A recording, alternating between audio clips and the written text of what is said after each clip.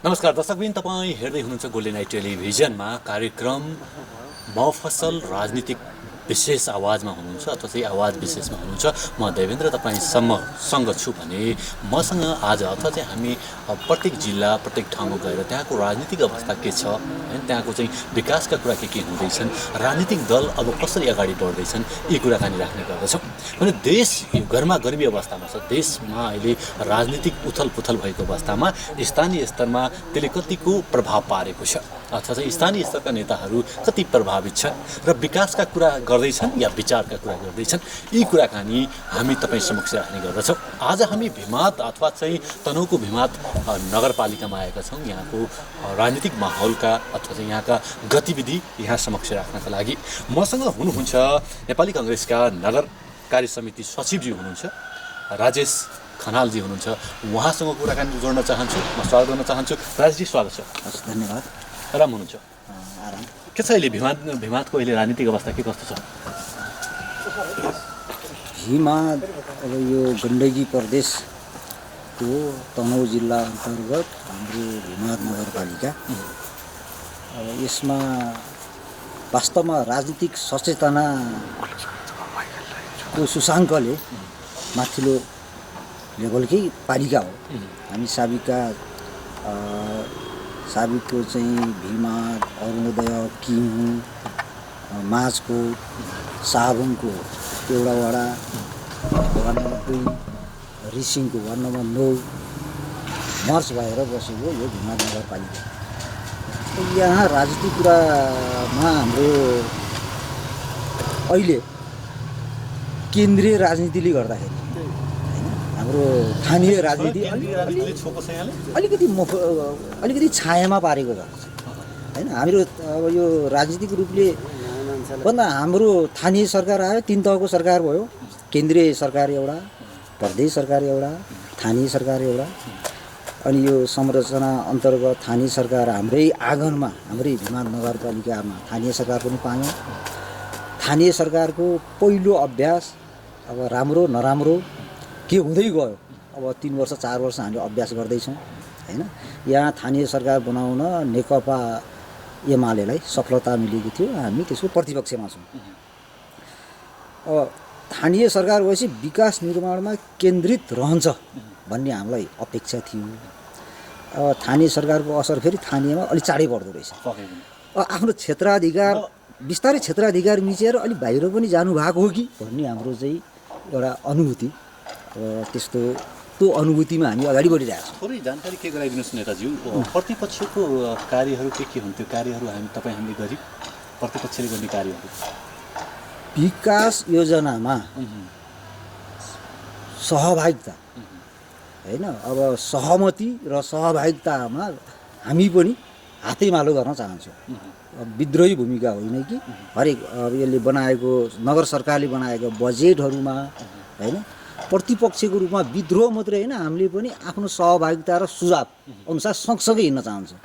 तर यो वातावरण चाहिँ हामीले अलिक नपाएको महसुस चाहिँ भइरहेको छ यो स्थानीय अब हाम्रो सरकारको रूपमा। जस्तो आयमूलक कार्यक्रमहरू हुन्छन्, सृजनशील क्षमता अभिवृद्धि सम्बन्धी हैन, आर्थिक स्तर जीवन स्तर उकास्नको लागि हैन, आय आर्जन बढाउनको लागि हुने खालको लक्षित कार्यक्रमहरू हुन्छ हैन। यी कुराहरूमा प्रतिपक्ष हामी निर्णायक बढी हामी छौँ, हामी सजिलै निर्णय गर्न सक्छौँ। यसमा प्रतिपक्षको खासै आवश्यक छैन कार्यान्वयन गर्न भन्ने हिसाबले चाहिँ स्थानीय सरकार अघि बढेको हामीले अनुभूति गरेका छौँ। यसमा हामी रचनात्मक सहयोग गर्न तयार हुँदाहुँदै पनि स्थानीय सरकार बनिसके पश्चात आर्थिक राजनीतिक तपाईँको शैक्षिकमा कतिको विकास भयो, कतिको परिवर्तन भयो? यहाँका महिला, यहाँका दलित, यहाँका अल्पसङ्ख्यकलाई उहाँको कतिको सहभागिता भयो? कस्तो देख्नुभयो तपाईँले? यो सहभागिता व्यापक सहभागिता हुनुपर्ने हो हैन। अब संविधानले स्थानीय सरकारलाई अधिकारहरू दिए। अधिकार दिनु कुराको मेरो सैद्धान्तिक विरोध पनि होइन। स्थानीय सरकारले अधिकार प्रयोग गर्न पाउनुपर्छ। सानातिना कुराहरूको लागि हामी जिल्लादेखि केन्द्रसम्म धाउनु हुँदैन, स्थानीय सरकारलाई पूर्ण अधिकार हुन्छ भन्ने हाम्रो पनि सिद्धान्त हो। तर अधिकार प्रयोग गर्ने बेलामा अब पहिलो पटक भएर हो कि अब भनौँ अब हामी बल्ल 3 वर्ष 4 वर्षमा छौँ पहिलो वर्ष त हामी बिल्कुल अन्य अन्योन भयो। हामी वेट मात्रै गऱ्यौँ कस्तो गर्नुहुन्छ भनेर प्रतीक्षा मात्रै गऱ्यौँ। त्यहाँ भएका कमी कमजोरीहरूलाई हामीले पहिलो अभ्यासमा आएको हो। यो खासै आपत्ति गर्नुपर्ने कुरा होइन, किन उहाँ पनि नयाँ हो।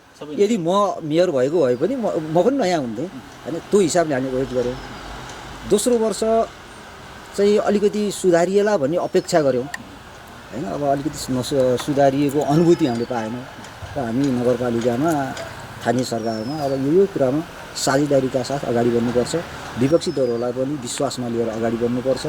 यो विपक्षी दलको यो सत्तापक्ष भनौँ एमालेको मात्रै पनि होइन यो पालिका होइन, सबैको हो। सबैको विश्वास दिएर सबैले अपनत्व गरेर गयो भने राम्रो हुन्छ भनेर ध्यान आकर्षण पनि गरायौँ बेला बेलामा।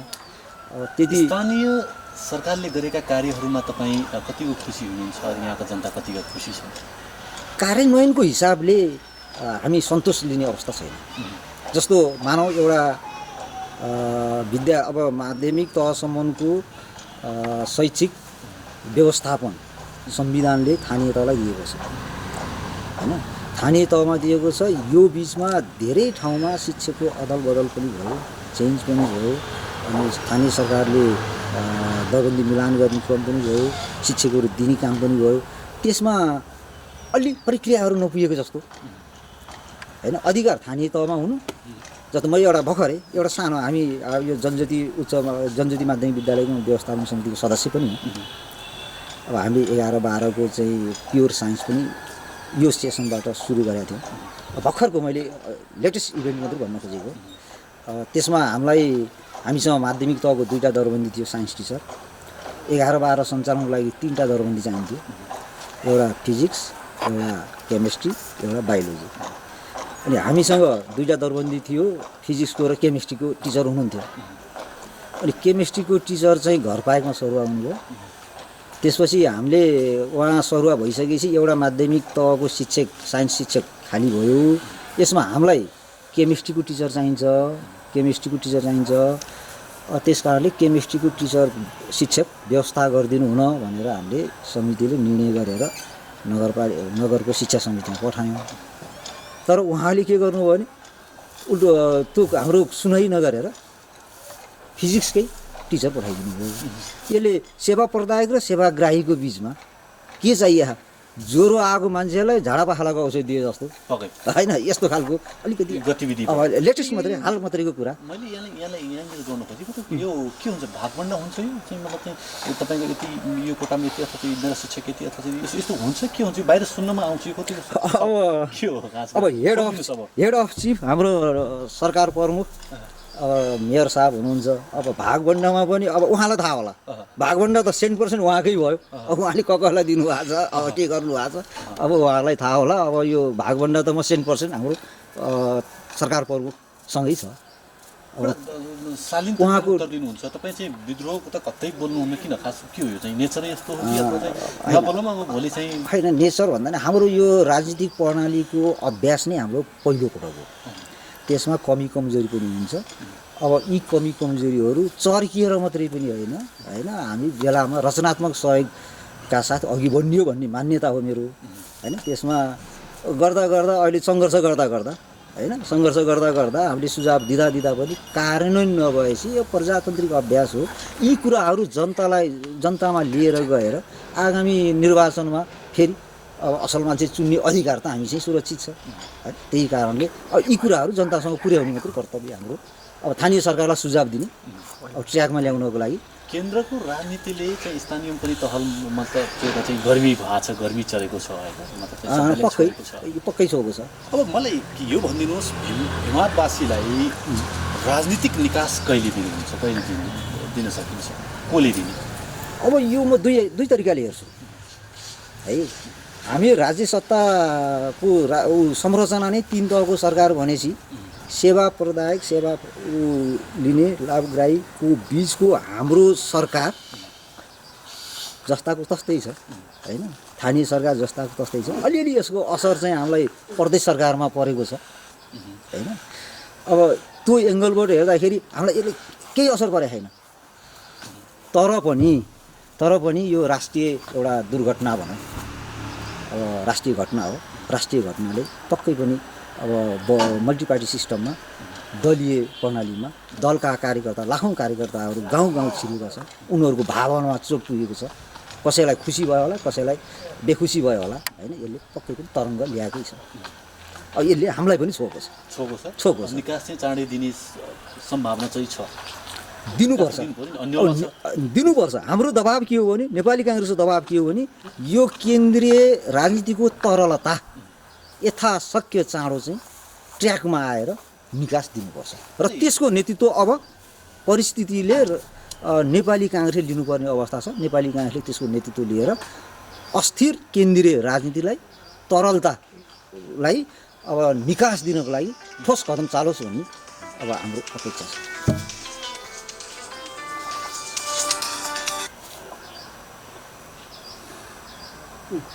नेपाली काङ्ग्रेसहरूको अहिलेका गतिविधि के छ?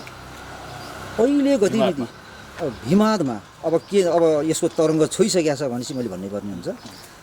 केन्द्रीय राजनीतिको जुन हाम्रो वर्तमान केपी ओली सरकारको कदम छ, पुस 5 गतिको कदम, लेटेस्ट कदम। तर म यो मान्दिनँ एउटा रुख ढाल्नलाई बन्चरोको अन्तिम प्रहार नै काफी हो, यो म मान्दिनँ। निरन्तरको 100औँ प्रयास, 79 प्रयासले हुँदैन, लास्टको 100 प्रहारले रुख ढल्छ। त्यस्तै पुस 5 गते आउन पनि त्यही पुस 5 गतेको मात्रै एउटा इभेन्ट हो जस्तो मलाई लाग्दैन। निरन्तरको तरलताले, निरन्तरको विवाद, सम्बन्धित पार्टीका विवादहरूले गर्दाखेरि यो 2 वर्ष कटेपछि सुरुदेखिकै निरन्तर प्रहारबाट यो कदम भएको हो। यो वर्तमान सरकारले लिएको कदम असंवैधानिक हो, सर्वसत्तावाद उन्मुख हो भन्ने कुरो नेपाली काङ्ग्रेसको केन्द्रीय कार्य समितिले सर्वसम्म निर्णय गरिसकेको अवस्था छ। र यो विषय फेरि संवैधानिक हो कि असंवैधानिक हो भनेर सर्वोच्चमा विभिन्न कानुन व्यवसायी तथा पार्टी प्रमुखहरू गइसकेको अवस्था छ। यो अवस्थाको जानकारी, यो अवस्थाको चेतना हामी मातहतका सम्पूर्ण जनताहरूलाई दिनुपर्छ भनेर हाम्रो अहिले काङ्ग्रेसले गाउँ गाउँमा यो चेतना अभियान संविधानमा यस्तो छ। हामीले यो केपी ओलीको वर्तमान सरकारको कदमलाई चाहिँ असंवैधानिक भनेका छौँ।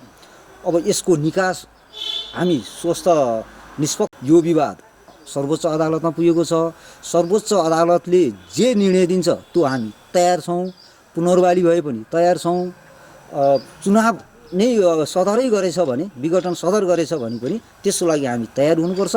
अब निर्वाचनको लागि पनि हामीले प्राथमिकता राख्नुपर्छ र योग्य मान्छे मताधिकार राइट ठाउँमा प्रयोग गर्नको लागि हामी तयार हुनुपर्छ भनेर यो अभियानमा गाउँ गाउँमा छौँ। त्यसो भए के बुझौँ, भिमाद नगरपालिकाभित्र अथवा चाहिँ भिमादमा चाहिँ चुनावका लागि पनि नेपाली काङ्ग्रेस चाहिँ आन्तरिक तयारी जोड्दैछ?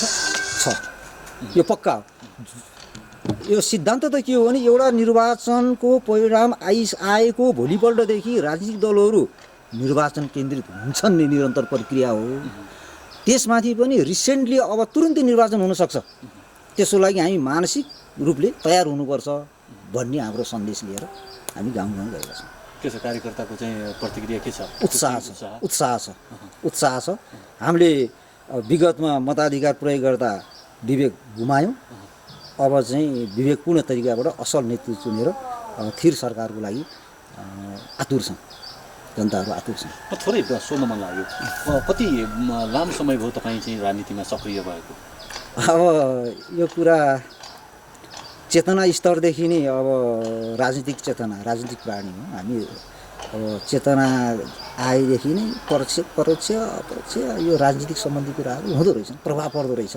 तर सक्रिय राजनीतिका कुरा गर्ने हो भने 42 सालको सत्याग्रहमा सिनियर लिडरहरूको व्यवस्थापन, अब प्रतिबन्धित थियो त्यतिखेर नेपाली काङ्ग्रेस होइन। सिनियर लिडरहरूको व्यवस्थापनमा जुनियर कार्यकर्ता साना पुच्चीहरूले यसो पम्पलेट यता लैदिए उता लैदिए भन्ने भूमिकादेखि त्यतिखेर म 7 कक्षामा पढ्थेँ। त्यहाँदेखि राजनीतिमा निरन्तर यो 42 सालदेखि नै छु। मैले बुझ्न नसकेका हो या म त्यसमा अलिक अनभिज्ञ हो, मलाई त्यस्तो लाग्छ। राजनीति केका लागि गरिन्छ?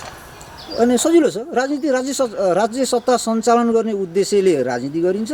राज्य सत्ता सञ्चालन गर्दा अब समावेशी सम्पूर्ण उसको समाजको हित हुने गरी, समाज रूपान्तरण हुने गरी आवश्यक नीति लागू गर्नको लागि म जहिले पनि सोध्छु सबैको अनुसार यही आउँछ। फेरि राज्य सहज ढङ्गले होइन जनता केन्द्रित भएर किन सञ्चालन हुँदैन?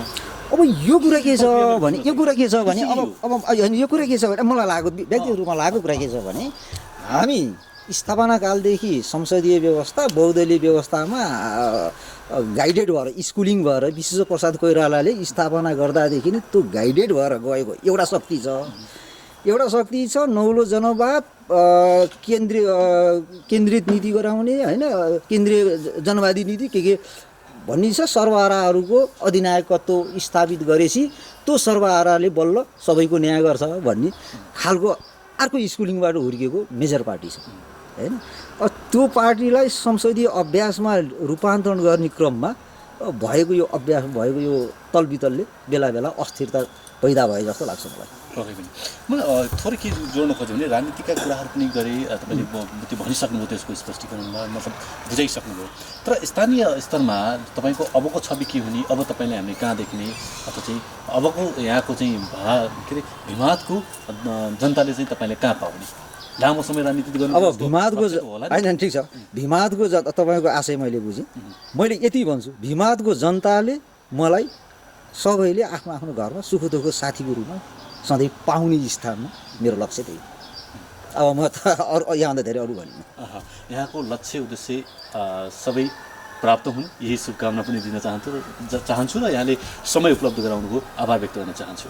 हस् धन्यवाद। यो मेरो पनि मफसलमा रहेका गाउँका कुना कन्दरमा रहेका हामी जस्तालाई पनि यो अवसर दिएर आफ्नो विचार राख्ने अवसर दिनुभयो यसलाई तपाईँको टेलिभिजनलाई पनि म धेरै धेरै धन्यवाद दिन्छु। हामी कुराकानीको निरन्तरमा छौँ अथवा चाहिँ मफसल राजनीतिक स्तरता राजनीतिक गफका हामी यहाँ समक्ष राख्दैछौँ अथवा चाहिँ राजनीतिक स्तरता कसरी अगाडि बढ्दैछ विकास कसरी हुँदैछ यी कुराकानी राख्दैछौँ। अहिले पनि छोटो व्यापारिक विश्राममा जान चाहन्छु त्यस पश्चात पुनः उपस्थित हुने नै छु। आरोग्यधाम होमियोप्याथिक हस्पिटलमा निको भएका रोग र समस्याहरू एक हर नचल्ने मुख बाङ्गो हुने बोल्न नसक्ने बात हाड जोड्ने नसाका रोगहरू युरिक एसिड हड्डी खिएको नसा च्यापिएको ढाड दुख्ने पायल्स दिशा गर्न गाह्रो हुने दिशा गर्दा रगत आउने मासु पलाएको फिसर फिस्टुला पिनास तथा नाकको एलर्जी रुगा लागिरहने दम बढ्ने हाच्छु आउने दम रोग खोकी लागिरहने कपाल झन्न तुरुन्तै रोक्ने उमार्ने लामो बनाउने छालाका हरेक समस्याहरू डन्डीफोर चिलाउने कालो पोतो आदि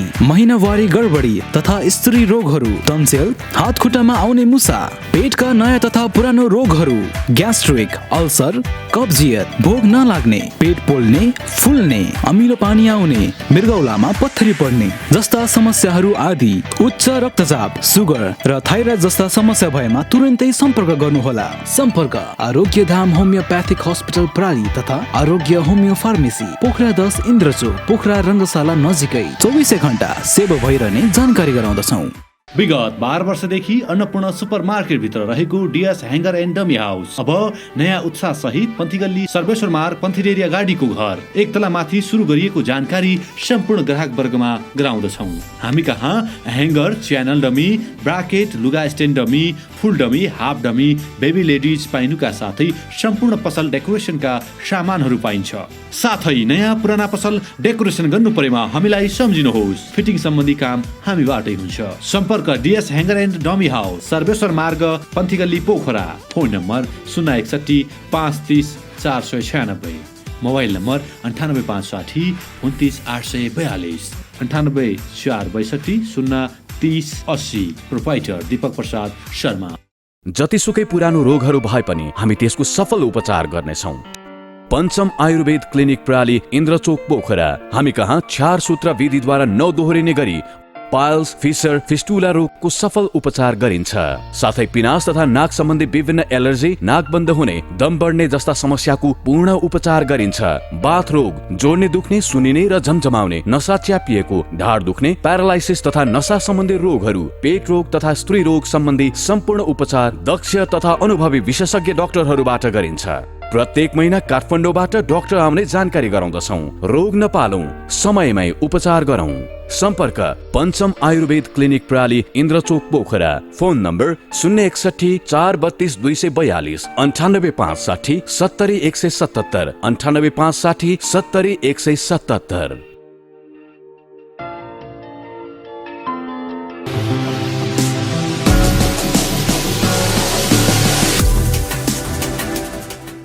मसँग हुनुहुन्छ नेपाल दलित मुक्ति सङ्गठनका केन्द्रीय सदस्य हुनुहुन्छ कृष्णलाल विश्वकर्मा। उहाँसँगको कुराकानी जोड्न चाहन्छु। दलितका समस्याहरू किन समाधान हुँदैनन्, कहिले समाधान हुन्छन् र अधिकार कहिले पाउने, सधैँ अधिकारको लडाइँ हामीले सुनिराखेका हुन्छौँ र भोगिराखेका पनि हुन्छौँ र देखिराखेका पनि हुन्छौँ।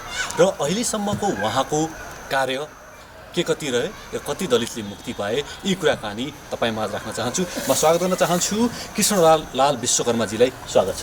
नमस्कार। आराम हुनुहुन्छ? हजुर, आराम छु। के छ दलितको अवस्था केन्द्रमा चाहिँ? दलितको अवस्था त दलित त अहिले त सबै केन्द्रमा पुगेका छन्। दलित सबै केन्द्रमा पुग्नु भएको छ, तर दलितको समस्या जहाँको त्यहीँ छ। दलितको समस्या समाधान भएको छैन। दलित मात्र केन्द्रमा पुग्ने अनि समस्या जहाँका त्यहीँ राख्ने यो भएन नि। यो किन भएन भन्नुहुन्छ भने दलितका नेताहरू समग्रमा सिधा भन्नुपर्दाखेरि पार्टीमुखी भयो, दलितमुखी भएन। किन? दलितका समस्याहरू लिएर पार्टीमा पुग्छन्।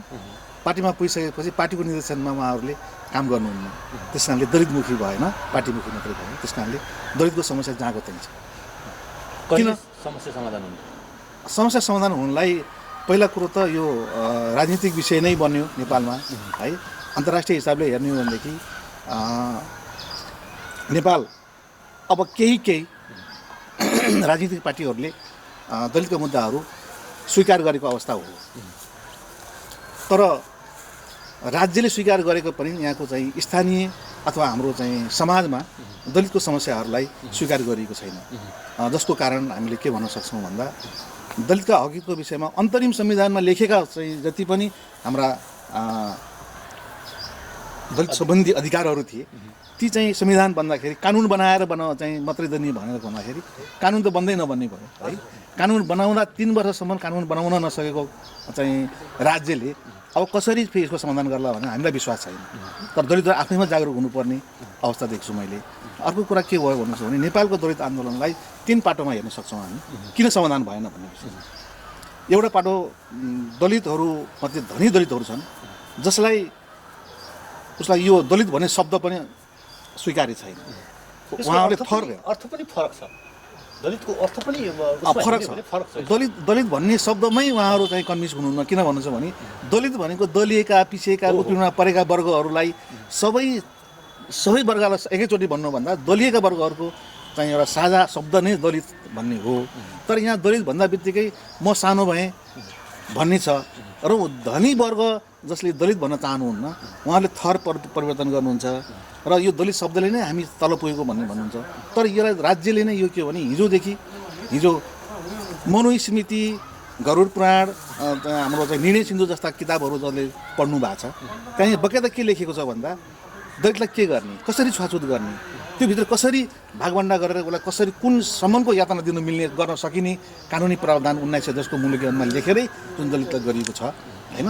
त्यो चाहिँ अवस्थामा हामीले यो हिजोको 10 वर्षीय जनयुद्ध, हिजोको जनआन्दोलनले पनि यो कुरालाई हामीले परीक्षण गर्न सकेनौँ हैन। परीक्षण भएन। हिजो मैले भन्न खोजेको मैले तपाईको कुरामा कन्टिन्यू राख्नेछु। मैले के जोड्न खोजेँ भने दलितका अहिलेका मुख्य समस्याहरू के हो? दलितको मुख्य समस्या भनेको त एउटा भूमिहीन हो, दोस्रो हो भने जाति विभेद नै हो है। दलितहरूसँग जमिन छैन, जबकि राज्यले दलितहरूलाई के गरिदिनु पर्यो? राज्यले जस्तै अहिले के भनेको छ भन्नुहुन्छ भने अहिले चाहिँ भूमि ऐन 2021 लाई 8औं संशोधनले दलितलाई भूमिहीन बनाउनै नहुने, भूमिहीन जसरी भए पनि उसले चाहिँ 3000 वर्ग मिटर भनेपछि लगभग तपाईँको चाहिँ 5-6 रोपनी जग्गा दिनुपर्ने भनेर भनिएको छ। तर 3 वर्षको अन्तरालमा अहिलेसम्म तपाईँको यो जग्गा विवाद अथवा जग्गा समाधान सम्बन्धी कुनै पनि काम भएन।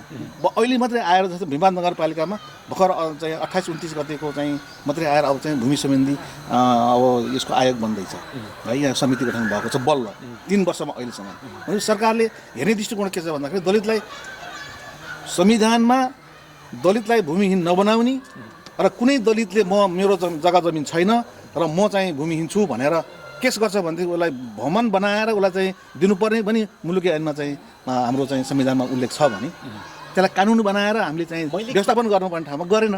त्यो समस्या कहाँ आयो भन्छु भने हाम्रो दलितहरूलाई हेर्ने दृष्टिकोण अहिले पनि के छ, पुरातनवादी नै छ है। यी तल्लो वर्गका दलितहरूलाई हेर्ने दृष्टिकोण नै के छ भन्दाखेरि राजनीतिक पार्टी र यहाँको चाहिँ समाजहरूले अहिले पनि त्यही दृष्टिकोणले हेरिरहेको हुन्छ। म दुईवटा कुरा के बुझौँ भने अहिले दलितका मुख्य समस्या भनेको भूमिहीन र छुवाछुत। हामी भूमिहीनका कुरा गर्दैछौँ, मतलब जग्गा भएपछि त्यसपछि चाहिँ हेपिँदैन, दलित हेपिँदैन, त्यो समुदाय हेपिँदैन चेपिँदैन, अथवा चाहिँ त्यो अलिक माथि आउँछ तपाईँको विचार? यसमा त्यससँग रिलेटेड छ। किन भन्नुहुन्छ भने हिजो जिम्वाल मुखियादेखि लिएर हिजोको जति पनि भूमि व्यवस्थापन थियो होइन, दलितहरूको जग्गा जमिन थिएन, ऊ हिजो दास थियो, उसलाई दास बनाइएर प्रयोग गरियो राज्यले होइन। र उसलाई जग्गा जमिन भयो भने ऊ के भन्छ भन्दाखेरि उसले कमसेकम दास त बन्नु पर्दैन, उसले जग्गा जमिन गरेर खान्छ नि। यस्तो लाग्दैन दलित आफै पनि एउटा शिवकला भएको चाहिँ होइन, एउटा चाहिँ समुदाय हो, र उसले दलित समुदायले आफ्नो शिवकला अहिले चाहिँ पछिल्लो चरणमा छोड्दै जाँदैछ, अथवा चाहिँ आफ्नो शिवकलालाई माया गर्न छोडिरहेछ, यसले गर्दा पनि पछाडि परेको जस्तो लाग्दैन तपाईँ? त्यो चाहिँ एउटा व्यवस्थापन गर्न सकेन, किन ऊ गरिब छ नि त, गरिब छ। मैले तपाईँलाई जोड्न खोजेको कुरो कहाँ थियो भन्नुहुन्छ भने एउटा दलित के छ भन्नुहुन्छ भने धनी छ जसले आफ्नो घर बचाउन चाहन्छ। एकजना मित्रले के भन्नुभएको थियो भने यो गरिब भन्ने शब्दमा, अनि उहाँले मैले भने म गरिब छु भन्दाखेरि मैले उहाँले के आन्सर दिनुभएको थियो, गरिब कसले भनेको छ गरिब भन्, तँलाई नपढ भनेको छ, तँलाई नकमा भनेको छ, कसले भनेको छ लखन? र दलित समुदायले पनि कसले भनिरहेछ कि तपाईँ पैसा नकमाउनुहोस् भनेर कसैले रोकिरहेछ, तपाईँ नपढ्नुहोस् भनेर कसैले रोकिरहेछ, कसले रोकिरहेछ, किन रोकिरहेछ? होइन, यो के छ भन्नुहुन्छ भने जस्तै के हुन्छ भन्दाखेरि उसको पढ्न उसको दिमाग छ होइन, पढ्न चाहिँ उसले सक्छ, तर उसको किताबको नि अवस्था छैन भनेदेखि उसलाई के भन्नु? सरकारले अहिले 12 सम्म चाहिँ निःशुल्क अध्ययन त्यो त अहिले गरेको छ नि होइन। गरिब त अहिले भएको होइन नि होइन र, गरिब त अहिले सरकार अहिले पो भनेको छ र, अहिलेको मुलुकी ऐनले अहिलेको चाहिँ संविधानले पो गरिब दलितलाई भूमिहीन बनाउनु हुँदैन भनेको छ। तर यो वर्षौँ छ, यो तपाईँको चाहिँ सदियौँदेखि एउटा यो वर्गले यो कामको आधारमा तैँले यो काम गर्नुपर्छ भनेर यसलाई बेकायदा व्यवस्थापन गरेको छ। 1910को मुलुकी ऐनमा लेखिकै छ दलितहरूलाई चाहिँ तपाईँको बाटोमा हिँड्दै तपाईँको चाहिँ एउटा छुवाछुत गर्नु पर्छ भनेर। तपाईँको पार्टी सरकारमा बस्यो, 3 वर्ष बस्यो, स्थानीय सरकार चलायो होइन, प्रदेश स्तरको सरकार चलायो होइन, तपाईँले आफैले भन्नुभयो लेख्नु भएको छ, कार्यान्वयन फेरि गर्नु भएको छैन, फेरि त्यही पार्टीमा तपाईँ बस्नु भएको छ, त्यही पार्टीको फेरि तपाईँ नेता हुनुभएको छ दलितको, किन? होइन, तपाईँले सही भन्नुभयो, सही भन्नुभयो। होइन, छोडिदिन्छौँ हामीलाई हामी पार्टीमुखी छैनौँ कुनै पनि हाम्रा अहिलेसम्म। हामीलाई अघि बढाउने भनेको तपाईँ हाम्रो अन्तरिम संविधानमा सिप हो, सिप छोड्न सक्ने त पार्टी छोड्न नसक्ने किन? होइन, पार्टी छोड्न नसक्ने पार्टी सिपले तपाईँलाई चाहिँ एउटा व्यवस्थापन बनाउँछ, तपाईँलाई चाहिँ एउटा घर दिन्छ, अथवा चाहिँ तपाईँले एउटा आर्थिक समृद्धि गराउँछ। जस्तै मान्नुहोस् न, सिप छ उसको। मैले यहीँनिर तपाईँलाई भन्नु खोजेँ, उसँग सिप छ, कुनै चिज उसले उत्पादन गर्न सक्यो भने उसले किन्ने सामान छैन। ल मान्नुहोस् एकछिनलाई, एउटा चाहिँ कामी भन्नुहोस् न, कामीले खुर्पा बनाउँछ होइन, कामी भन्ने शब्दले गर्दाखेरि सबैलाई अन्यठन्डा मान्नु होला, तर होइन अब काम गर्ने मान्छेले मान्नुहोस् एउटा परिवारले कपडा सिउँछ भने त अहिले जसले पनि सिउने भयो, अब जुत्ता जसले पनि सिउने भयो, काम सबैले पनि गर्ने भए, तर उसलाई त नेपालमा भइसकेको भयो नि त, अहिले त कामको सामान भएको छैन। कसरी कामको सामान होइन, त्यो सक्नेलाई अवसर भयो, नसक्नेलाई कहाँ सम्मान भयो, त्यसलाई लगानी गरिदिनु पऱ्यो नि त, लगानी गरिदिनु पऱ्यो नि। मैले भन्दैछु एउटा सिप भएको मान्छेले उसलाई केही काम गर्न खोज्छ भने उसँग आर्थिक समस्या छ भनेदेखि त सिकाउनु परेन के नेताज्यू, माछा हो नि, माछाले तरिन त सिकाउनु परेन, किनभने तपाईँहरूसँग दलित समुदायसँग त अलरेडी तपाईँको मुख्य मुद्दामा पुग्नु भएन कि उसँग सिप छ, तर उसले सिप भएको मान्छेले त्यो सामान किनेर उत्पादन गरेर बेच्नलाई त सामान किन्ने पैसा हुनु परेन, चाहियो नि। फलाम किन्नु पऱ्यो, कामीले खुर्पा बनाउनलाई उसले फलाम किन्नु पऱ्यो, उसले फलाम किन्ने पैसै छैन भनेदेखि उसले कहाँ जान्छ त? जानेर मात्रै भयो। एउटा मिस्त्रीलाई, अनि एउटा मिस्त्री चाहिँ ट्यालेन्ट इन्जिनियर छ, इन्जिनियरलाई काम दिनु पऱ्यो नि त। परनिर्भर किन हुने भन्ने हो कि मेरो आन्सर। परनिर्भर हुनलाई त भने उसको आर्थिक छैन नि। हिजो त जिम्वाल मुखियाले त आफ्ना रैतीहरूलाई तपाईँको त दास बनाएर राख्यो नि त होइन, नत्र भने राज्यले किन चाहिँ दलित भनेर स्वीकार गर्नु पऱ्यो कि पिछडिको वर्ग भनेर किन स्वीकार गरेको हो त? यो त राज्यले स्वीकार गरेको हो नि त होइन। यो त हिजोको जनआन्दोलन जनयुद्धले पनि हिजोको चाहिँ उत्पीडित जाति वर्ग समुदायलाई होइन, हामीले यहाँनिर चाहिँ यसको समाधान के हो त? अब समाधान के हो भन्दा सबभन्दा पहिला त हामीसँग शिक्षा र हामी आत्मनिर्भर हुने व्यवस्थापन राज्यले गर्नुपर्छ होइन। मैले भन्न खोजेको अहिले जोड्न खोजेको के थियो भने नेपालमा तीन प्रकारका दलितहरू छन्। एउटा धनी वर्ग छन् जसले आफूलाई दलित भन्न चाहँदैनन्, थर परिवर्तन गरेर पनि उहाँहरूलाई यो दलित आन्दोलन समेत उनको सरकार छैन, उहाँहरूले यसमा चासो लिनुहुन्न, उहाँलाई पुगेको छ होइन राज्य शक्तिसँग उहाँहरूले आफ्नो उपयोग गर्न सक्नुहुन्छ आफ्नो काम परेको बेलामा राज्यसँग उपयोग गरेर आफ्नो काम गर्नुहुन्छ एउटा वर्ग यस्तो छ दलित जो वर्गलाई उसको बिहान बेलुका काम नगर्दासम्म उसले खानै पाउँदैन होइन भनेदेखि राज्यले हामीलाई के अन्याय गर्यो अथवा हामी कसरी अन्यायमा पऱ्यौँ अथवा हामीलाई यो आर्थिक स्वतन्त्रता छ हामीले गर्न सक्ने भने हामीले पाइन्छ भन्न ठाउँमा जान पुग्नै नसक्ने अवस्थाको दलितहरू छ जसलाई राज्यले गरेको विभेद अथवा यो समाजले गरेको विभेद सम्बन्धी उसलाई सरकारले छैन उसले राख्नै सक्दैन ऊ त्यति गरिब तल्लो तहमा छ र अर्को दलित यस्तो छ कि जो हामी जस्तो मान्छेहरू जो बिचका छौँ न धनी छौँ न गरिब छौँ बिचका मान्छेहरूलाई हामी यो आन्दोलन गरेका छौँ हामी पार्टीमा लागेका छौँ पार्टीले गरिदिन्छ कि भनेर पार्टीको चाहिँ पदमा पुगेका छौँ तर पार्टीले किन गरेका छन् भन्नु भने हिजो संविधान बन्दाखेरि अन्तरिम संविधानमा लेखेका कुराहरू लिएर हाम्रा केन्द्रीय सदस्यहरू जानुभयो केन्द्रीय अध्यक्षहरू जानुभयो तर पार्टीले नियन्त्रण गर्यो नि त होइन तपाईँले यो संशोधन प्रस्ताव ल्याउनुहुन्छ भने तपाईँलाई पार्टीबाट निकाला गरिन्छ भन्दाखेरि उहाँहरू आउनु सक्नु भएन जनतामा आउनु पर्थ्यो नि दलितहरूको समुदायमा आउनु पर्थ्यो नि उहाँले पार्टीको कुरा सुनेर बस्नुभयो किनभने उहाँहरूको बस्नदेखि त्यो पार्टीमा लगानी छ होइन मेरो त अहिलेसम्म गरेको सक्नुपर्छ त्यो दलित त्यो समस्या पार्टीले यो गर्यो भनेर दलित समुदाय आउनु पर्थ्यो नि त किन आएन भन्नुहुन्छ भने दलित पार्टीमुखी भयो नि त मेरो कुरा त्यहाँनिर होइन हामीले जस्तै भनौँ हाम्रो समस्या चाहिँ हाम्रो पार्टीले हेर्दैन भने हामी त्यो पार्टीमा किन बस्ने त्यो पार्टी के काम हो मेरो पनि उद्देश्य त्यही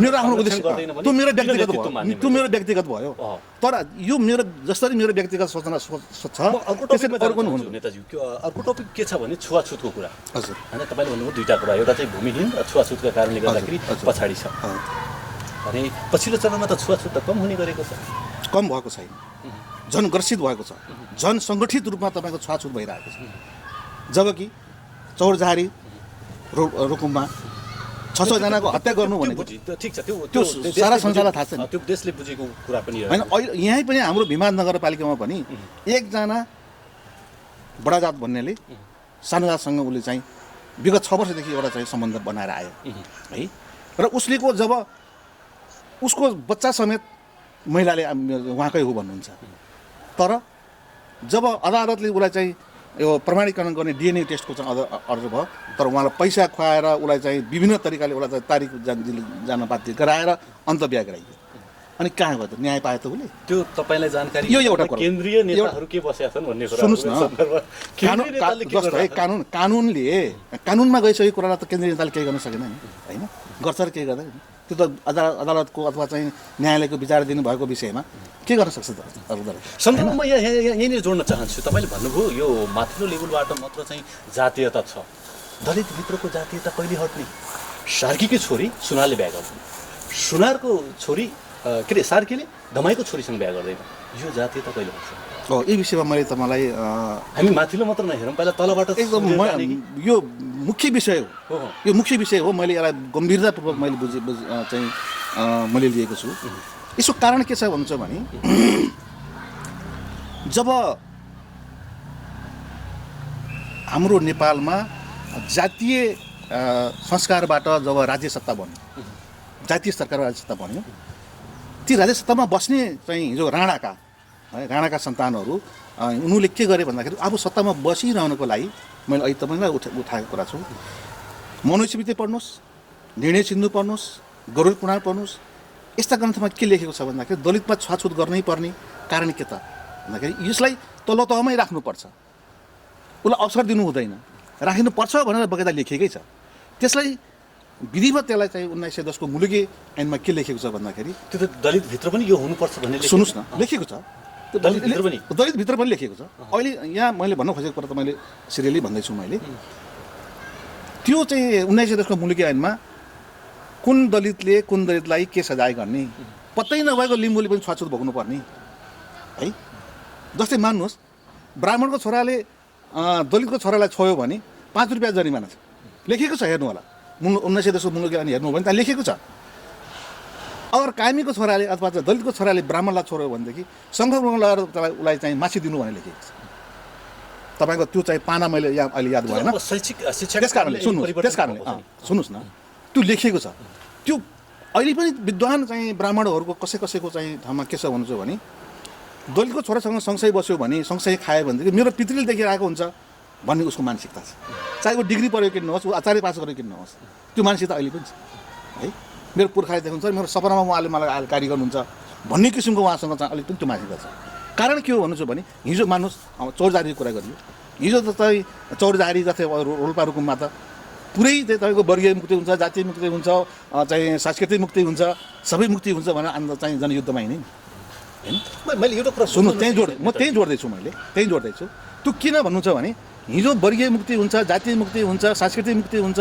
हरेक क्षेत्रको मुक्ति हुन्छ भन्ने त्यहाँका जनताहरूको सोच कस्तो रहेछ भन्छु भने कामीको छोरो अथवा ब्राह्मणको छोरीसँग बिहा भयो भनेदेखि बिहा गर्न नहुँदो रहेछ भन्ने भयो त्यो सोच किन छ भन्नु भने त्यो हिजो 1910 को मुलुकी ऐनकै एउटा हो त्यो अझै पनि छाप छ अहिले पनि सुनारको छोरा र तपाईँको चाहिँ परिवारको छोरा बिहा गर्दैन किन भन्नु छ भने कारण के हो त भन्नु छ भने त्यो छाप अझै पनि दिमागमा छ मैले बुझ्न नसके हो या मेरो जानकारी कम हो बाहुनकी छोरी अथवा चाहिँ छेत्रीकी छोरीसँग बिहा गर्दा छुवाछुत हटेको मान्ने हो के हो होइन यो एउटा यो के छ भन्नु छ भने तपाईँको त्यो त उसमा चाहिँ शैक्षिक हिसाबले होला त्यो कसरी बुझिरहेछ समाज के छ त्यसको आधारमा होला स्कुलिङ एउटा स्कुलिङ छ जीवन हुँदैमा कसैसँग बिहा गर्दैमा चाहिँ छुवाछुतको अन्त्य भयो भन्ने त होइन होला होइन छुवाछुतको अन्त्य हुने त कसरी हो भने ब्राह्मणको छोरी बिकले लयो बिको छोरी ब्राह्मणले लयो अथवा अन्तर्गुलन हुनु पर्यो होइन अन्तर्गुलन छैन किन स्वीकार गर्दैन नि स्वीकार नगरेपछि त त्यो स्वीकार अन्तर्गुलन भएन नि शैक्षिक हिसाबले केही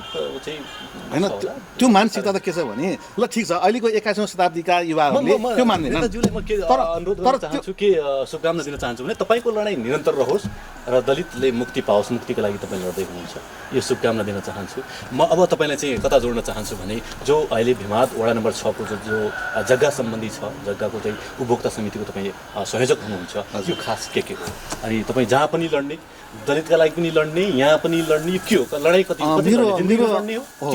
मेरो लडाइँ नै यस्तो मेरो अब लडाइँ नै भएको छ भन्दा हुन्छ मेरो जीवनमा होइन यहाँ के छ भन्नु छ भने यो जग्गाको पृष्ठभूमिको विषयमा थोरै भनौँ यो जग्गा हिजोको वीरता लालमोरको जग्गा सुवेदी बन्धुहरूले वीरता लालमोर पाउनु भएको र त्यसपछि यो जग्गा 2003 सालमा यो जग्गा रजिस्ट्रेसनै पास भएर किनबेच भएको जग्गा त्यसपछि उहाँको दाजुभाइबाट यो चाहिँ मुद्दा परेर 2014 सालमा यो जग्गा सम्बन्धी त्यो जुन राजीनामाको विषयमा चाहिँ झगडा भइसकेपछि यो व्यक्तिको जग्गा भनेर साबित भएर बसेको जग्गा र 14 सालदेखि पनि व्यक्तिको जग्गा भन्ने साबित भएर आएको जग्गा यो 32 सालमा जब नापी हुने क्रममा यहाँको चाहिँ विद्यालयको व्यवस्थापन समितिले यो जग्गा सार्वजनिक हो भनेर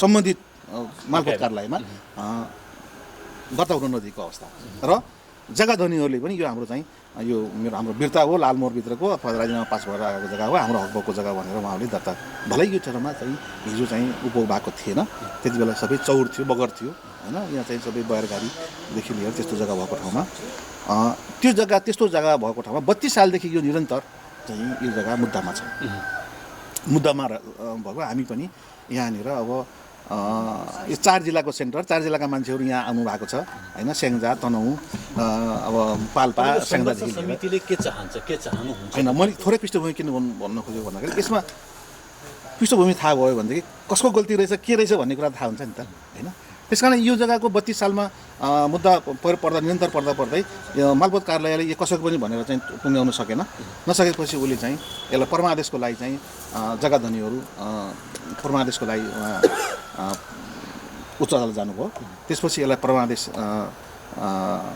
भइसकेपछि यो जग्गा कि दर्ता गरिदिनु कि चाहिँ सम्बन्धित ठाउँमा पठाउनु भनेपछि यो 48 सालमा उमा गयो जिल्ला अदालतमा गयो जिल्ला अदालतमा गइसकेपछि दुवै पक्षको त्यहाँनिर मुद्दा हेर्दा मुद्दा खारेज भयो यो मुद्दा कसैको पनि भनिएन यसलाई सार्वजनिक पनि भनिएन व्यक्तिको पनि भनिएन खारेज भइसकेपछि यो जग्गाको लागि फेरि उहाँहरू पुनरावेदन अदालत जानुभयो जग्गा धनीहरू जसको राजीनामा थियो उहाँ जानु भइसकेपछि यो जग्गालाई व्यक्तिको भनेर यो जग्गा मध्येको 5 किता मात्रै विवादित भनेको छ अरू किता विवाद छैन है तर त्योभन्दा बाहिरको जग्गामा पनि हामी बसोबास भएको छ त्यो 5 किता मध्ये जग्गा व्यक्तिको भनेर ठहराइसकेपछि विद्यालय र सुवेदी अर्यालहरू उहाँहरू फेरि सर्वोच्च जानुभयो सर्वोच्चमा गइसकेपछि सर्वोच्चमा यसको चाहिँ पटक यसको चाहिँ बहस भइसकेपछि त्यहाँनिर के हो भने दुवै पक्ष हाम्रो चाहिँ यहाँको उपभोक्ताहरू अब मुद्दा मिल्छ र पूर्जा आउँछ भन्ने भनेरै जग्गा लिएको छ तर के भयो भन्नु छ भने यो त वर्षौँसँग लड्ने एउटा चाहिँ निरन्तर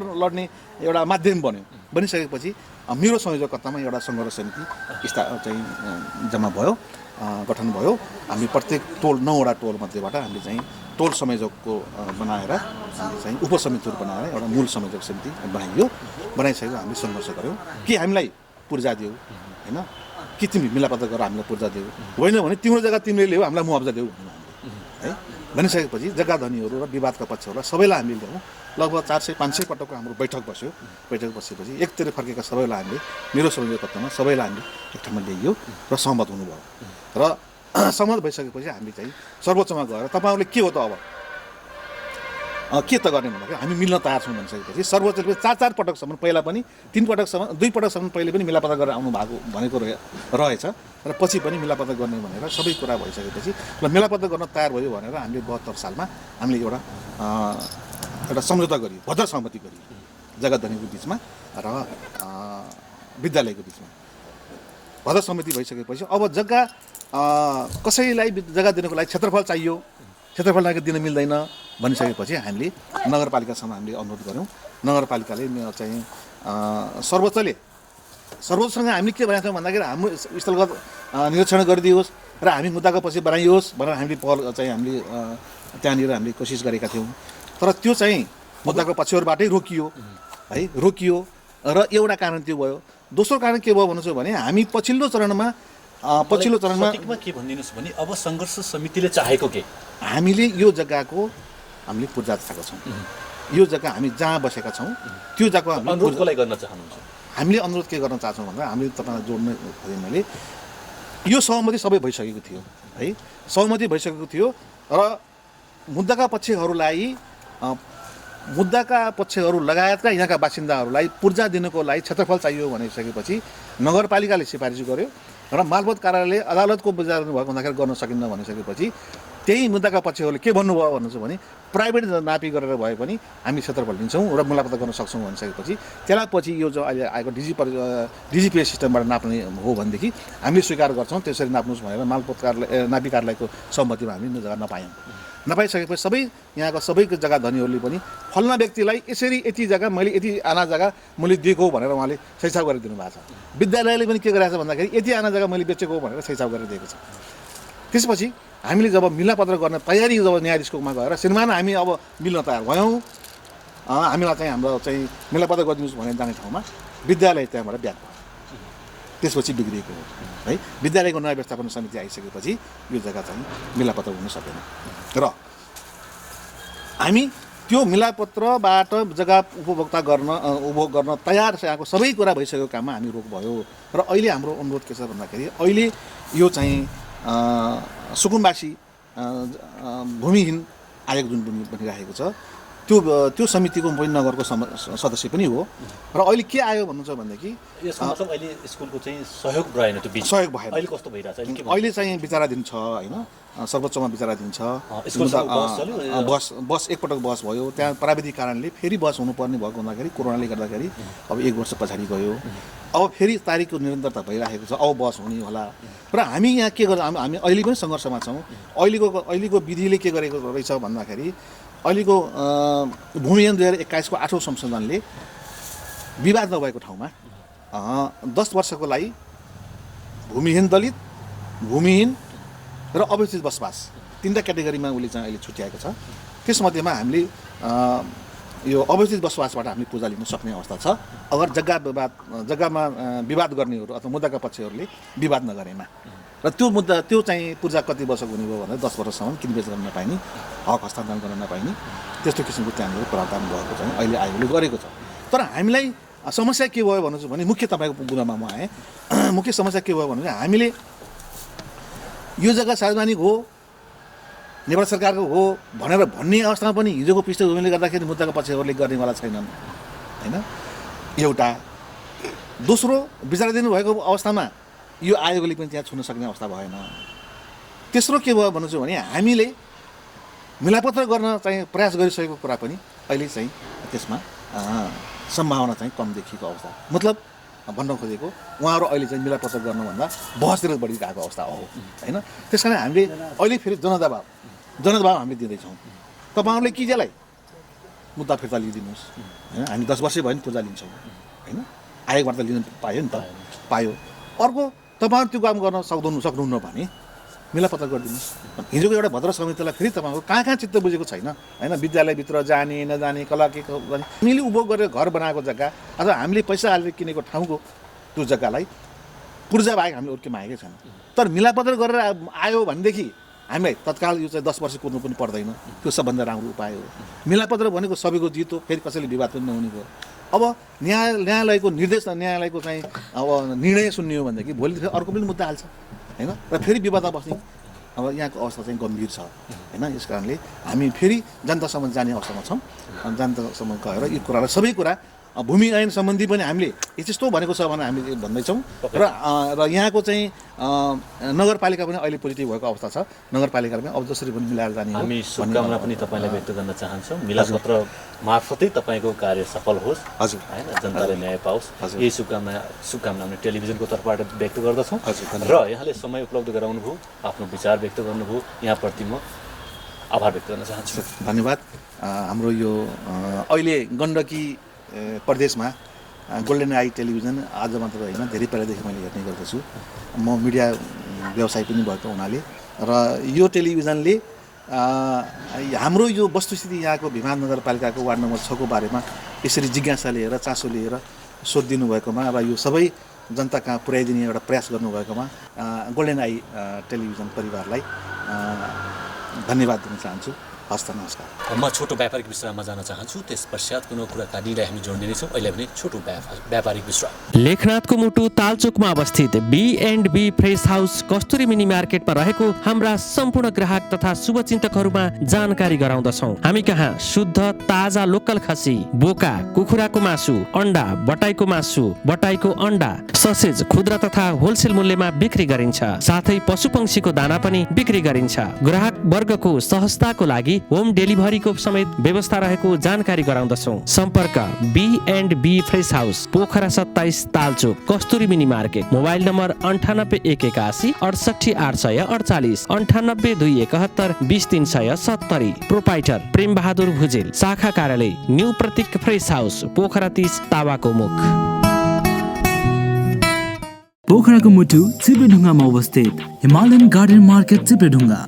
नेपाली काङ्ग्रेस पार्टी कार्यालय सँगै हाम्रा सुविधाहरू: निशुल्क पार्किङको व्यवस्था, बाल उद्यानको सुविधा, बाबु नानीहरू खेल्नका लागि फराकिलो र सुरक्षित स्थान, झरना, प्राकृतिक मनोरम दृश्यको अवलोकनको लागि विशेष सुविधा, सस्तो र सुलभ मूल्यमा गुणस्तरीय वस्तुहरूको उपलब्धता, खाजा र मनोरञ्जनको लागि शान्त, सफा र सुरक्षित स्थानको उपलब्धता, व्यवसाय साथै सभ्य र उत्कृष्ट व्यवहारको पहिचान। हिमालयन गार्डन मार्केट उत्कृष्ट स्थान। सीमित सटरहरू मात्र बाँकी रहेकाले इच्छुकहरूले तुरन्तै सम्पर्क गर्नुहोला। सम्पर्क Himalayan garden market, Chipledhunga 4, Pokhara Kaski. Mobile number 98 460 32 154।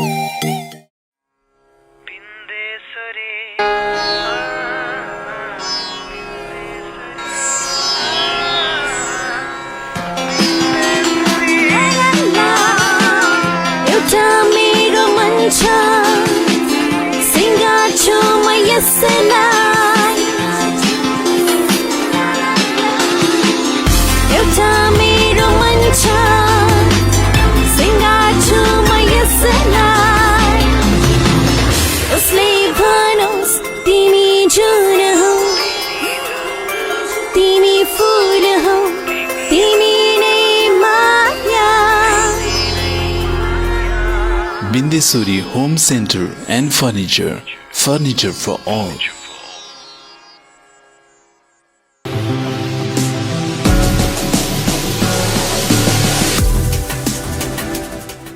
पुनः स्वागत छ यहाँ समक्ष। हामी मफसल राजनीतिक गफकाफ राख्दैछौँ र मफसल राजनीतिक विशेषमा छौँ र मसँग हुनुहुन्छ आज चाहिँ इमान बहादुर थापा हुनुहुन्छ, नेकपाका नगर कमिटी सचिव हुनुहुन्छ। उहाँसँग कुराकानी जोड्न चाहन्छु। इमानजी स्वागत छ। हजुर सर, नमस्ते। आराम हजुर, आरामै छ। के चल्दैछ यहाँ चाहिँ राजनीतिक अवस्था के भइरहेको छ, के गतिविधि चल्दैछ अहिले? हाम्रो चाहिँ अहिले पार्टी एकीकरणको एउटा लामो समय हामीले त्यसलाई टुङ्ग्याउनप्रति चाहिँ हामीले आफूलाई केन्द्रित गऱ्यौँ। त्यसपछि एकीकरणको यो टुङ्ग्याउने प्रक्रियामा फेरि यो पछिल्लो चाहिँ एउटा राजनीतिक घटनाक्रमले गर्दा हामीले अहिले चाहिँ कमिटीलाई चाहिँ बैठकहरू चलाउने कार्यक्रमहरू चाहिँ अहिलेको चाहिँ समसामयिक विषयहरूमा जानकारी गराउने काम मात्रै चाहिँ हामीले गरिरहेछौँ यतिखेर। स्थानीय स्तरमा चाहिँ अहिले यहाँ चाहिँ के अरे भिमातको कार्यकर्तामा चाहिँ कस्तो देखिएको छ, प्रतिक्रियाहरू के भइरहेको होइन या जुट्ने होइन, यस्तो हाम्रो चाहिँ समग्र चाहिँ यहाँका चाहिँ आम कार्यकर्ताको भावनालाई हामीले बुझ्दाखेरि हाम्रो चाहिँ पार्टी एकीकृत रूपमा चाहिँ आफूले चाहिँ राष्ट्रिय अभियान सञ्चालन गरेको चाहिँ एउटा चाहिँ देख्न चाहने साथीहरूको पङ्क्ति ठुलो छ। त्यसैलाई नै चाहिँ हामीले सकभर हामीले स्थानीय रूपमा भए तापनि हामीले हाम्रो एकीकरणलाई अथवा हाम्रो चाहिँ एकीकृत प्रणालीलाई चाहिँ चुस्त दुरुस्त राख्नका निम्ति हाम्रो ठाउँबाट चाहिँ खेल्नुपर्ने भूमिका अथवा उहाँहरूप्रति चाहिँ कार्यकर्ता साथीहरूको बिचमा चाहिँ हामीले आफ्ना चाहिँ अभियानहरू सञ्चालन गर्ने चाहिँ एउटा हाम्रा क्रियाशीलताहरू उहाँहरूसँग बस्ने छलफल गर्ने र यहाँको साँच्चैको चाहिँ एउटा समाज निर्माणको चाहिँ एउटा चाहिँ हाम्रो चाहिँ सामूहिक एउटा एकीकृत अभियानलाई सशक्त रूपमा अगाडि बढाउनका निम्ति पार्टीको तर्फबाट भूमिका खेल्ने पार्टी कमिटीका साथीहरूलाई अथवा आम जनसमुदायलाई परेका समग्र अप्ठ्याराहरूलाई सजिलो बनाउनका निम्ति हाम्रो तर्फबाट भूमिका निर्वाह गर्ने काम छलफल गर्ने काममा नै हामी अहिले बढी रूपमा चाहिँ हामी लागिरहेका छौँ। नेकपालाई भिमात जनताले चाहिँ सहयोग गरे, माया गरे, ममता गरे। हजुर होइन र एकचोटि एउटा राम्रो माहौल बनाइदिए। अब फेरि के चाहनुहुन्छ तपाईँ कि यहाँका जनताले चाहिँ फेरि के दिन चाहनुहुन्छ तपाईँ जनताबाट, के आशा अपेक्षा होइन हामी फोडेर कतै पापाको लागि त्यत्रो हामी पार्टी फोर्ने नफोर्ने भन्दा पनि स्थानीय रूपमा हामीले पार्टीलाई अहिलेसम्मको चाहिँ एउटा निर्माणको कामलाई हामी जति चाहिँ आदरणीय यहाँका नेता कमरेडहरूले चाहिँ एउटा आफ्नो चाहिँ योगदान प्रस्तुत गर्नुभएको छ, ती सबै खाले योगदानहरूलाई समय अनुकूल चाहिँ त्यसलाई चाहिँ नेतृत्वमा स्थापित गर्ने र आम जनताको चाहिँ भिमातवासीको भावनाको चाहिँ एउटा प्रतिनिधि पात्रहरूको रूपमा चाहिँ नेतृत्वहरूलाई स्थापित गरेर अगाडि बढाउने काम चाहिँ हामीले प्रयत्न चाहिँ गरिरहेछौँ। र हामी के चाहन्छौँ भने म तमाम भिमातका आम जनसमुदायले जुन हाम्रो पार्टीलाई आफ्नो चाहिँ एउटा प्रिय पार्टीको रूपमा एउटा भिमात स्थानीय सरकारमा जुन हामीलाई हैसियत प्रदान गर्नुभएको छ, जुन एउटा भावनात्मक चाहिँ एकता प्रस्तुत गर्नुभएको छ, जुन रूपमा हामीलाई चाहिँ स्थानीय पार्टीलाई एउटा बलियो शक्तिको रूपमा स्थानीय निकायमा स्थापित गर्नुभएको छ, त्यो आम जनसमुदायको भावनालाई हामीले उहाँहरूको चाहिँ समस्या र उहाँहरूको चाहिँ अपेक्षाहरूलाई सम्बोधन गर्नका निम्ति पार्टीको तर्फबाट हाम्रो चाहिँ स्थानीय सत्तालाई एउटा सकारात्मक सहयोग गर्ने, उहाँहरूलाई चाहिँ सही काम गर्नका निम्ति अनुरोध गर्ने र उहाँहरू सँगसँगै सही कामका निम्ति सँगसँगै हामी प्रयत्नहरू गर्ने काम चाहिँ हामीले गरिरहेका छौँ। भिमातका जनताहरूलाई तपाईँ बताइदिनुहोस् कि नेकपा साँच्चै सरकार चलाउनमा चुकेको हो, स्थानीय सरकार केन्द्रीय सरकार यो अलमल परेर चुकेर चाहिँ पार्टीलाई चाहिँ विभाजित गर्न खोजेको कि के हो? होइन होइन होइन, यो अलमलको कुरा होइन। यो मुख्य कुरा के हो भने हाम्रो भागभण्डाको कुरा हो। भागभण्डाको कुरा पनि होइन, हाम्रो चाहिँ केन्द्रमा विशेष गरेर केन्द्रमा चाहिँ अहिले घटेको चाहिँ राजनीतिक घटनाक्रम छ, यो चाहिँ हाम्रो ठुला 2-3 चाहिँ हाम्रा ठुला पूर्व प्रधानमन्त्रीहरू हालका प्रधानमन्त्रीहरूको बिचमा भएका केही चाहिँ एउटा उहाँहरूको बिचमा केही दरार पैदा भएका विषयवस्तुले गर्दा चाहिँ समस्याहरू चाहिँ उत्पन्न भएको छ। तर पनि हामीले हाम्रो चाहिँ स्थानीय रूपमा ती चाहिँ समस्याहरूलाई स्थानीय रूपमा चाहिँ नल्याइकन सबैलाई हामीले के अनुरोध गरेका छौँ भने हामी एउटा माथिबाट आएका सबै खाले चिजहरूलाई चाहिँ गम्भीर मूल्याङ्कन गरौँ, गम्भीर चाहिँ हामीले समीक्षा गरौँ र भिमातको चाहिँ एउटा जनताको जीवन एउटा परिवर्तनको आधारलाई हामीले चाहिँ कसरी समय अनुकूल चाहिँ एउटा व्यवस्थित गर्न सकिन्छ र पार्टी र स्थानीय सरकारलाई कसरी व्यवस्थित रूपमा आम जनताको चाहिँ भावना अनुसार सत्ता सञ्चालन गर्न सकिन्छ भन्ने चाहिँ मुख्य विषयवस्तुहरूलाई चाहिँ हामीले त्यसलाई चाहिँ अगाडि बढाउनका निम्ति हामी प्रयत्न जारी राखेका छौँ र हामी अब नेकपाको गतिविधि के हुने भयो होइन हामी अहिले चाहिँ तयारी गर्दै हुनुहुन्छ या पार्टी एकताकातिर जानु होइन हामी चाहिँ हाम्रो चाहिँ भलादिम के अरे भिमातका जनताहरूलाई बताइदिनुहोस् हामी चाहिँ अहिले चाहिँ अब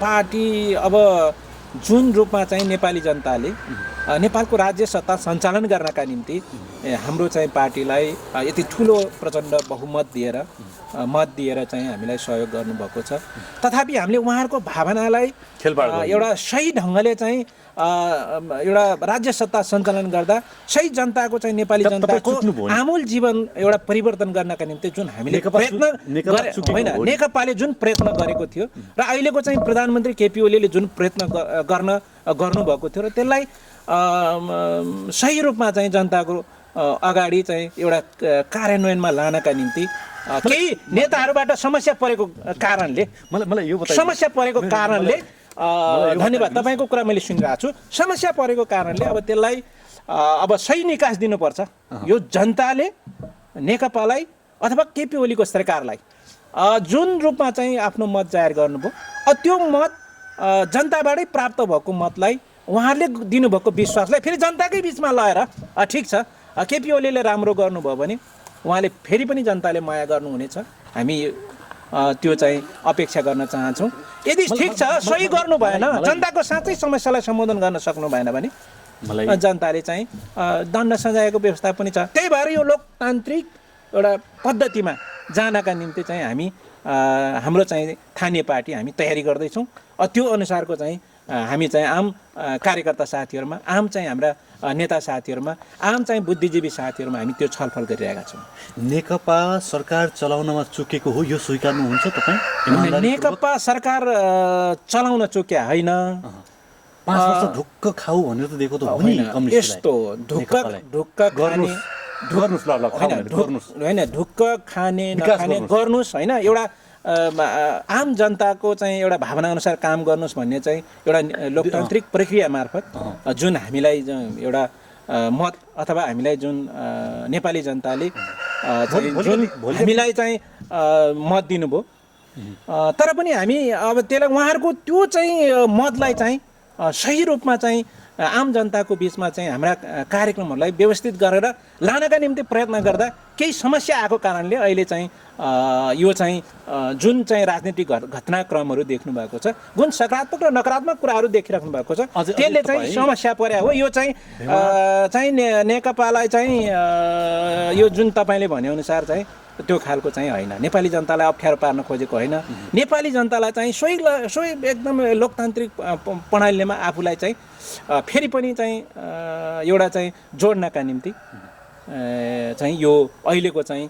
घटनाक्रमले विकसित गरिरहेको कुरा म यहाँहरूको बिचमा राख्न चाहन्छु ठिक छ भिमातवासीहरूले अथवा चाहिँ भिमातका जनताहरूले तपाईँलाई पुनः चाहिँ अथवा चाहिँ चुनावमा गयो भने छ सम्भावना तपाईँले चाहिँ अनुहार देखाउने सम्भावना छ अथवा चाहिँ माया गर्ने सम्भावना छ होइन हामी जनताको बिचमा गइसकेका छौँ हामी जनताको बिचबाटै यो तल भुइँमै बसेर काम गरिरहेको कार्यकर्ता भएको हिसाबले हाम्रो अनुहारलाई यहाँका आम जनसमुदायले एउटा प्रिय सामाजिक कार्यकर्ताको रूपमा लिनुभएको छ यसलाई चाहिँ हामीले गम्भीर रूपमा चाहिँ एउटा म आज घोषणा पनि गर्न चाहन्छु आम जनताले चाहिँ प्रिय चाहिँ सामाजिक कार्यकर्ताको रूपमा बुझिरहँदा हामी जनताको बिचमा जानु अथवा उहाँहरूसँग चाहिँ सहकार्य गर्न जानु उहाँहरूसँग हाम्रो आफ्नो कुराहरू राख्न जानु त्यसलाई मैले नकारात्मक रूपमा लिएको छैन मैले सकारात्मक रूपमा लिएको छु र हामीलाई त्यस्तो अप्ठ्यारो पनि छैन यहाँ फेरि जनताले तपाईँलाई चाहिँ पुनः चाहिँ मत दिन तयार छन् अथवा चाहिँ यो माहौल बन्न सक्छ भन्ने तपाईँ सोच्नुहुन्छ अथवा तपाईँले त्यो चाहिँ सकारात्मक हिसाबले हेर्नु होइन यो भिमातका आम जनसमुदायहरू अब आफ्नो अधिकार प्रयोग गर्नका निम्ति कन्जुस्याइ गर्नुहुन्छ जस्तो मलाई लाग्दैन त्यही हिसाबले पनि अब आम जनसमुदायले आफ्नो अधिकार चाहिँ उहाँको अधिकारमा एउटा खेलवाड भयो नि खेलवाड होइन सर यो समस्या हामी नेपाल कम्युनिस्ट पार्टीले चाहिँ खेलवाड गरेकै छैन कम्युनिस्ट किन फुट्छ मलाई यो बताइदिनुहोस् कम्युनिस्ट किन फुट्छ भन्दा पनि अब यस्तो हुन्छ नि त सर अब नेतृत्वमा स्थापित हुने मान्छेहरूको केही आफ्ना निहित स्वार्थहरू कहिलेकाहीँ निस्किन्छ, हामीमा पनि निस्किन सक्छ, अथवा यो स्थानीय तहको नेतृत्वमा जब हामी छौँ त्यतिखेर नै निस्किन सक्छ। तर हाम्रो चाहिँ मूल चाहिँ हाम्रो चाहिँ सामाजिक मूल चाहिँ एउटा मान्यता के हुन पर्थ्यो भने त्यो हाम्रो निजी स्वार्थहरूभन्दा हामीले आफूलाई फरक राखेर साँच्चै चाहिँ सामाजिक आन्दोलनको नेतृत्व गर्ने एउटा क्रियाशीलता चाहिँ का साथ अगाडि बढेको चाहिँ एउटा नेताको रूपमा आफैलाई स्थापित गर्न नसक्दाका समस्याका चाहिँ कामले चाहिँ यो अहिले चाहिँ केही समस्या देखिएको हो। तपाईँ एउटा वडाको अध्यक्ष पनि हुनुहुन्छ, हजुर हजुर हजुर लिड गर्दै हुनुहुन्छ हजुर होइन। अब यहाँको चाहिँ सचिव पनि हुनुहुन्छ, म पार्टी सचिव पनि हुनुहुन्छ भने यहाँका महिलाहरूका मैले अघि 2-3जना म्याडमहरूसँग मैले अन्तर्वार्ता लिएँ, जिउका त्यो समस्याहरू छन् होइन, ती समस्याहरू कतै अगाडि बढ्न सकेका छैन, कतै समाधान हुन सकेका छैन। अनि पार्टीले के गर्यो, नेकपाले सत्तामा गएर अहिलेसम्म के गर्यो मलाई सरस्वती मलाई होइन यहाँका के अरे भिमादवासीहरूलाई बताइदिनुहोस् त, एक एक गरेर भन्न मिल्छ यो गर्यो भने होइन। मैले स्थानीय सरकारको नै कुरा गर्ने होला। स्थानीय सरकारको हामीले अब यहाँका भिमादवासी आदरणीय जनसमुदायमा म के भन्न चाहन्छु भने अब 20औं वर्ष चुनाव हुन सकेन, त्यो यथार्थ तपाईँहरूले पनि बुझ्नुभएको छ र आम जनतालाई पनि थाहा छ। 20औं वर्षसम्म चुनाव नभइरहँदा जनताले चाहिँ लामो अपेक्षापछि होइन हाम्रो स्थानीय सरकार त हामी अहिलेसम्म 5 वर्ष त्यो 20 वर्ष भएको थिएन, त्यो 3 वर्षमा गर्ने होइन त्यो होइन सर।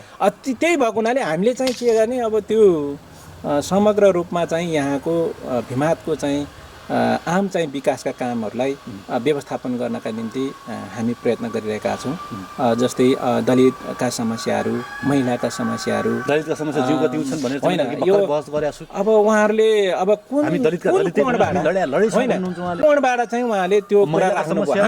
हामीले पार्टीको तर्फबाट दलित सङ्गठन मार्फत उहाँहरूलाई एउटा मानवताको हिसाबले अथवा कानुनत हिसाबले अथवा स्थानीय सरकार सञ्चालन गर्दा उहाँहरूलाई आवश्यक ठाउँमा दिनुपर्ने प्राथमिकताहरू महिला, दलित अथवा जनजातिको सवालमा चाहिँ एउटा त्यसलाई चाहिँ उहाँहरूको चाहिँ चित्त बुझ्ने गरी अथवा उहाँहरूलाई कुन खालको चाहिँ प्रोग्राममा मार्फत चाहिँ उहाँहरूलाई जोड्दाखेरि साँच्चै नगरका चाहिँ आम चाहिँ एउटा दलित जनजाति र महिलाका चाहिँ विषयवस्तुहरूलाई जोड्न सकिन्छ भनेर हामीले नगरको तर्फबाट चाहिँ ती कार्यक्रमहरूलाई व्यवस्थापन गर्ने काम चाहिँ महत्त्वका साथ हामी प्रयत्न गरिरहेका छौँ र तपाईँले समग्र रूपमा देख्नु पनि हुन्छ।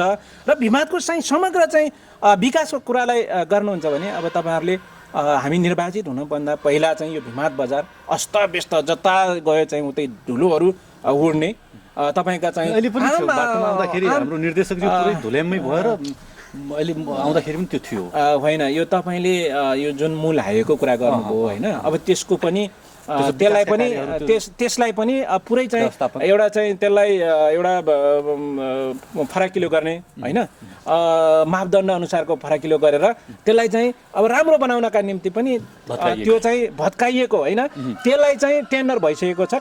ठेकदारले काम गर्न अलिक ढिला सुस्ती भएको कारणले त्यसलाई चाहिँ म्यानेज गर्न सकेको छैन। हाम्रो चाहिँ भिमाद त पर्दैन, भिमाद आउने चाहिँ मार्ग चाहिँ हो, त्यो चाहिँ अब ठेक्का प्रक्रियामा गइसकेको छ सर। तपाईँ अर्को पटक आउँदा सायद त्यो पनि बनिसक्ला। हाम्रो यहाँको चाहिँ नगर क्षेत्रभित्रको कुरा गर्नुहुन्छ भने हामी लगभग चाहिँ यो बजार क्षेत्र जुन वडा नम्बर 6 पर्छ यसको चाहिँ बजार क्षेत्र लगभग हामीले जनतासँग सहकार्य गरेर हामीले अनुरोध गरेर चाहिँ हामीले यो बाटोहरू चाहिँ निर्माणको काम चाहिँ लगभग सम्पन्न गरेका छौँ। तपाईँले बजार घुमेर पनि देख्नुहुन्छ। म अन्तिमतिर अन्तिम प्रश्न चाहिँ के छ भने भिमादवासीहरूलाई चाहिँ कहिलेसम्म तपाईँले चाहिँ राजनीतिक अन्योलतामा राख्नुहुन्छ?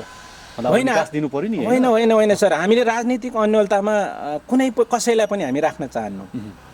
किनभने हामीले हाम्रो पार्टीको तर्फबाट र हाम्रो बुझाइमा र यहाँका आम चाहिँ पार्टीका लिडरहरूको बुझाइमा एउटा नेतृत्वमा लामो समय पार्टीलाई यो पार्टी निर्माण गर्नका निम्ति योगदान गर्नुभएका भिमादका चाहिँ आदरणीय चाहिँ नेताहरू सबै एउटा हाम्रो चाहिँ एक खालको चाहिँ हामीले चाहिँ एउटा नयाँ फेरि पार्टीलाई पुनर्निर्माण गर्नका निम्ति हाम्रो भूमिका अगाडि बढाउनका निम्ति हामीले तयारी गरिसकेका छौँ। हामीले एउटा चाहिँ तपाईँको हाम्रो चाहिँ नगर स्तरीय चाहिँ हाम्रो कार्यकर्ता भेला हामीले सम्पन्न गरिसकेका छौँ र अब त्यसलाई फेरि पनि अब आम कार्यकर्तालाई आजको चाहिँ सही विचारको एउटा पक्षमा उभ्याउनका निम्ति र उहाँहरूलाई एकीकृत बनाउनका निम्ति र पार्टीलाई फेरि पुनर्निर्माण गर्नका निम्ति हामी लागिरहेका छौँ।